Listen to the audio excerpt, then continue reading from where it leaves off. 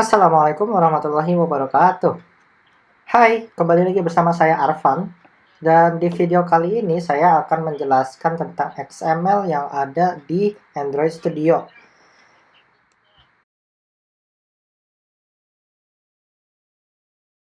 XML adalah sebuah layout yang ada di dalam Android Studio di mana itu untuk mengedit dan memberikan UI dan UX pada aplikasi teman-teman. Dan di dalam XML itu ada banyak view group dan juga view. Salah satu dari view group itu adalah constraint layout, linear layout, relative layout, dan masih banyak lagi.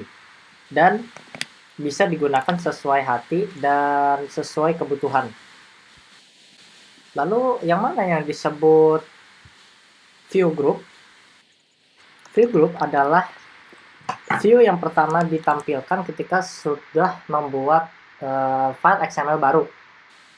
Dan seperti yang sudah dijelaskan tadi, view group itu ada banyak. Ada constraint layout, relative layout, dan lain-lain. Kemudian view adalah komponen yang berada di dalam view groupnya. Dan biasanya adalah text view, image view, dan lain-lain. Untuk video hari ini, saya akan menjelaskan tentang constraint view dan cara menggunakannya untuk membuat layout dan UI dan UX di aplikasi Anda yang terbaik. Konsep dasar dari constraint layout adalah rantai. Jadi ketika teman-teman membuat constraint write atau constraint start to start of parent, itu seakan-akan view-nya yang teman-teman berikan constraint write itu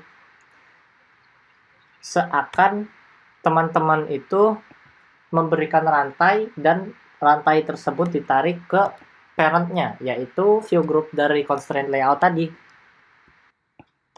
Karena ditarik, otomatis view tersebut akan menuju ke kanan.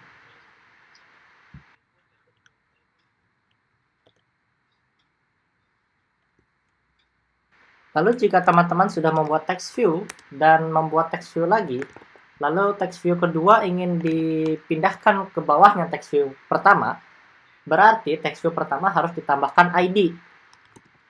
Lalu di text view kedua, seperti di contoh image view, itu ditambahkan constraint top to bottom of ID dari text view yang ada di atas.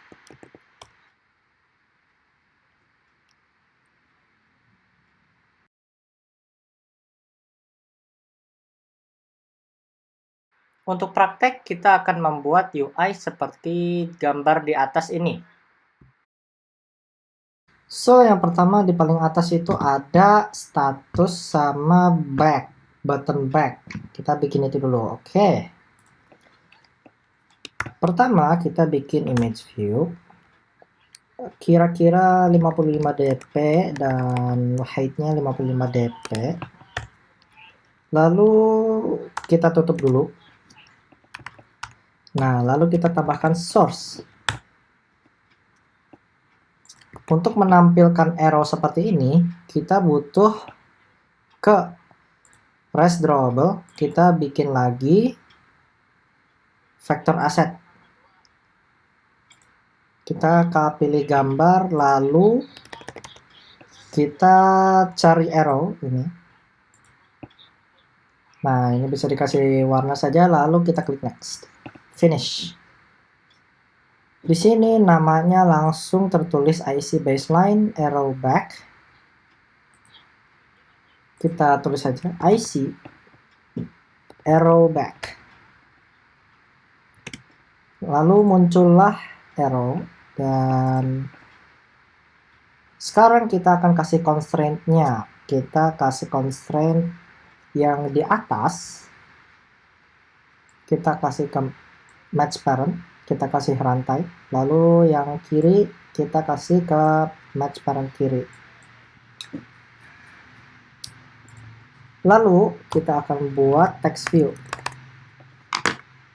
Ini wrap content, lalu text. Tulisannya adalah stats.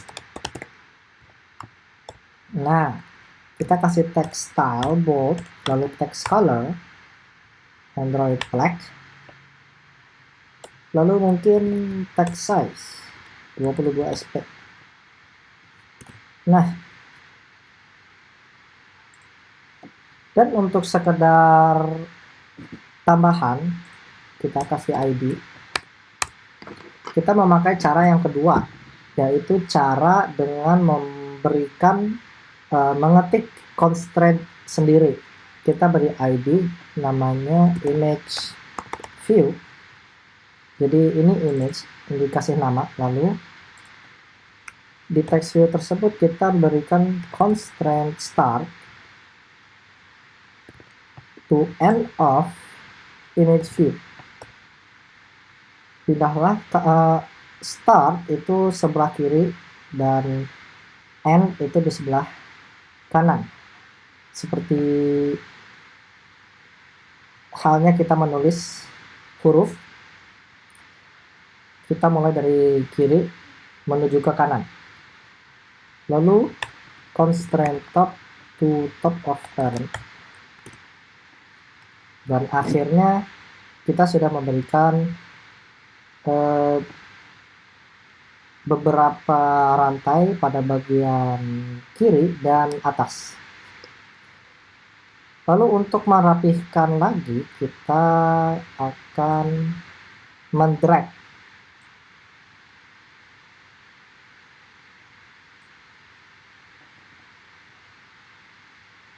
mungkin size-nya bisa ditambahin sesuka hati.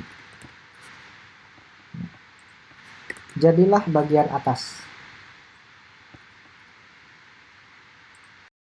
Untuk yang kedua, saya akan membuat langsung aja ke bagian kotak-kotaknya itu, yang ada 124 bpm, heart rate, dan lain-lain.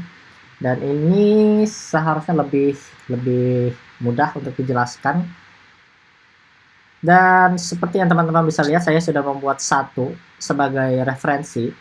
Berarti hasil akhirnya adalah ini.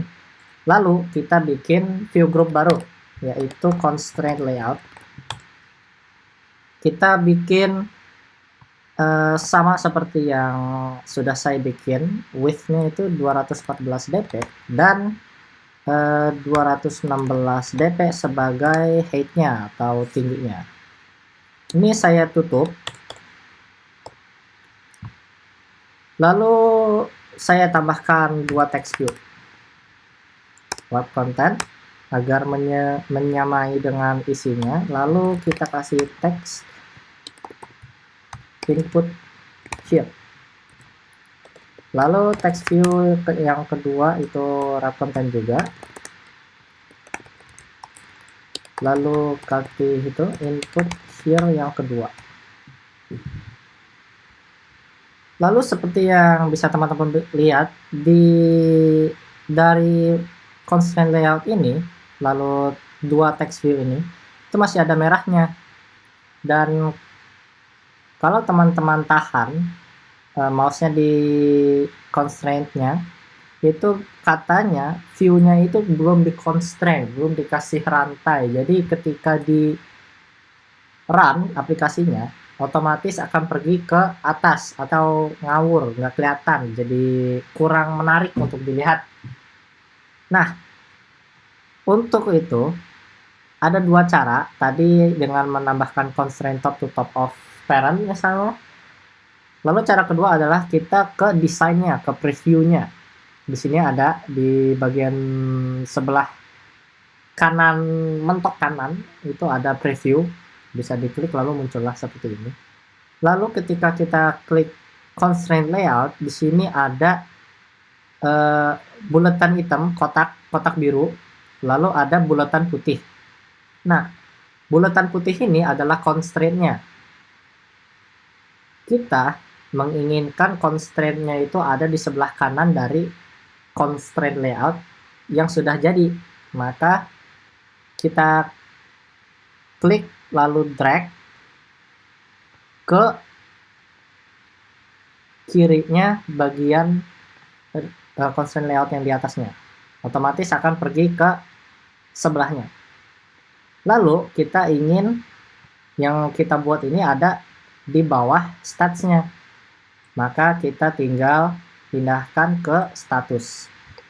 Jadilah sebelah-sebelahan. Lalu text view-nya lakukan hal yang sama.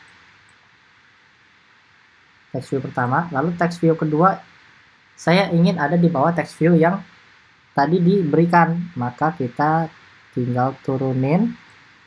Oh, sebentar, tidak kelihatan. Atas ke samping, lalu ini dihilangkan saja. Yang atas, oh, ini pergi ke atasnya ini. Nah, otomatis naik ke atas. Lalu ini bisa diedit-edit, dipindah-pindahkan sesuka hati. Jadilah layoutnya seperti ini. Lalu bagaimana cara membuat ini? Kan kotak nih ya. Lalu di sini ada cornernya itu dibengkokin menjadi seperti lingkaran gitu. Caranya gimana? Itu di view group constraint layout ini saya kasih background, lalu yang ada di drawable itu teman-teman bisa drawable resource file baru. Ini akan saya jelaskan di video selanjutnya, jadi stay tune saja. Jangan lupa untuk subscribe sehingga tidak kelewatan dengan informasi lainnya tentang Android Studio. Ya, mungkin sekian dari saya. Semoga video ini bisa membantu teman-teman menjadi pembuat app yang lebih baik. Saya akhiri di sini. Mohon maaf bila ada kesalahan, dan wassalamualaikum warahmatullahi wabarakatuh.